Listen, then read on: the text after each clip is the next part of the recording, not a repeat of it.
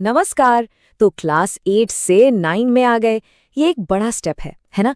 थोड़ा एक्साइटमेंट, थोड़ी घबराहट, सब मिक्स होता है। तो आज हम इसी नए सफर के लिए एक पूरा रोड मैप तैयार करने वाले हैं, ताकि ये जो बदलाव है ना, ये एकदम आसान और सक्सेसफुल हो। जैसे ही कोई क्लास 9 में आता है, चारों तरफ से एक ही आवाज आती है, अरे अब तो बड़ी क्लास में आ गए, पढ़ाई बहुत मुश्किल हो जाएगी। ये सुनकर थोड़ा डर लगना, थोड़ा प्रेशर महसूस होना बिल्कुल नॉर्मल है। क्या आपके साथ भी कुछ ऐसा ही हो रहा है? लेकिन चिंता करने की कोई जरूरत नहीं है। आज हम इसी डर को, इसी प्रेशर को कॉन्फिडेंस में बदलने वाले हैं। ये जो हमारी बातचीत है ना, ये बिल्कुल एक रोड मैप की तरह है, जो आपको बताएगी कि इस नई चुनौती को एक बड़ी जीत में कैसे बदला जा सकता है। तो ये है हमारा आज का प्लान। हम पहले समझेंगे कि क्लास 9 में आखिर चैलेंज क्या है, फिर सही माइंडसेट अपनाएंगे, अपने 24 घंटों को मास्टर करेंगे, पढ़ाई का सही तरीका सीखेंगे और हाँ, उन आम गलतियों से भी बचेंगे जो ज्यादातर लोग करते हैं। तो चलिए शुरू करते हैं।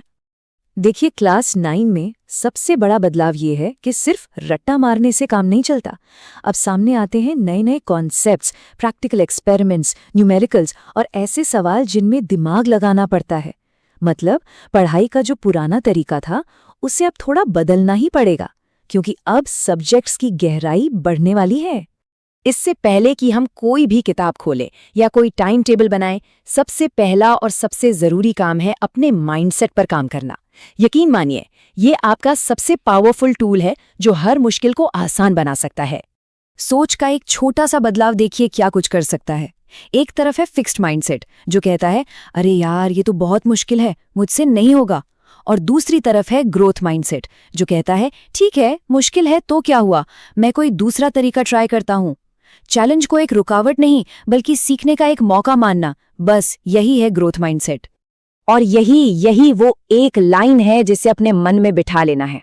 इस बात पर विश्वास करना कि कोशिश करने से, ज्यादा मेहनत करने से कुछ भी सीखना मुमकिन है। यही आपकी सफलता की पहली सीढ़ी है। ठीक है, माइंडसेट तो सेट हो गया। अब अगली जरूरी चीज है टाइम मैनेजमेंट। ये एक बहुत बड़ा मिथ है कि टॉपर्स 2400 घंटे सिर्फ पढ़ते रहते हैं। ऐसा बिल्कुल नहीं है। असल में वो अपने 24 घंटों को बहुत ही स्मार्ट तरीके से मैनेज करते हैं। इसका सबसे अच्छा फॉर्मूला है 8-8-8 का नियम। मतलब अपने दिन को 3 बराबर हिस्सों में बांट दीजिए। 8 घंटे अच्छी नींद और आराम के लिए, ये बहुत जरूरी है। 8 घंटे आपके स्कूल और आने जाने के लिए, और बचे हुए 8 घंटे आपके अपने हैं, जिसमें पढ़ाई, हॉबीज, खेलना कूदना सब कुछ शामिल है।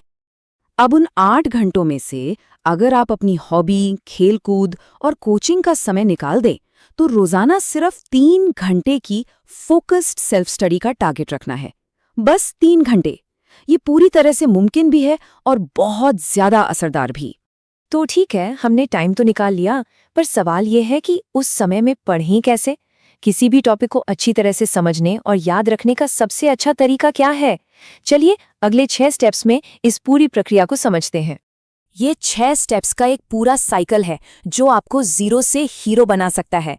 आप लेक्चर में टॉपिक को पहली बार समझते हैं, फिर घर आकर एनसीईआरटी से उसे पक्का करते हैं, खुद के नोट्स बनाकर उसे दिमाग में छाप लेते हैं, क्वेश्चन सॉल्व करके उसे अप्लाई करना सीखते हैं, टेस्ट देकर अपनी कमियों को जानते हैं और फिर रिवीजन से उसे हमेशा के लिए याद कर लेते हैं। एक होता है हार्डवर्क और एक होता है स्मार्ट वर्क। अब हम उन आम गलतियों, उन जालों की बात करेंगे जो आपकी सारी कड़ी मेहनत पर पानी फेर सकती हैं। इनसे बचना बहुत बहुत जरूरी है। जी हाँ, बिल्कुल सही सुना। अरे भाई बंद करिए। क्या बंद करना है? वो सारी बुरी आदतें, वो बैकलॉग इकट्ठा करना, वो टाल मटोल करना, वो ध्यान भटकाना। अब इन सबको पूरी तरह से बंद करने का टाइम आ गया है। यहाँ स्मार्ट वर्क का फॉर्मूला बिल्कुल साफ है। बाईं तरफ वो जाल हैं जिनसे हर हाल में बचना है, और दाईं तरफ वो स्मार्ट रणनीतियां हैं जिन्हें अपनाना है। जैसे दूसरों के नोट्स जमा करने से अच्छा है कि अपने नोट्स बनाएं। 10 अलग अलग किताबों में उलझने से लाख गुना बेहतर है कि पहले सिर्फ एनसीईआरटी पर पूरी पकड़ बना लें। यही तो है स्मार्ट वर्क। बैकलॉग, ये शब्द सुनने में जितना छोटा लगता है, इसका असर उतना ही बड़ा और खतरनाक होता है। ये एक ऐसी खाई की तरह है जो अगर समय पर ना भरी जाए तो दिन ब दिन चौड़ी होती जाती है। इसलिए कोई भी टॉपिक छूटे तो उसे वीकेंड पर निपटाना ही सबसे अच्छा तरीका है। तो चलिए, अब तक हमने जो भी बातें सीखी उन सभी को एक साथ जोड़ते हैं और देखते हैं कि सफलता का एक साफ सुथरा प्लान कैसा दिखता है।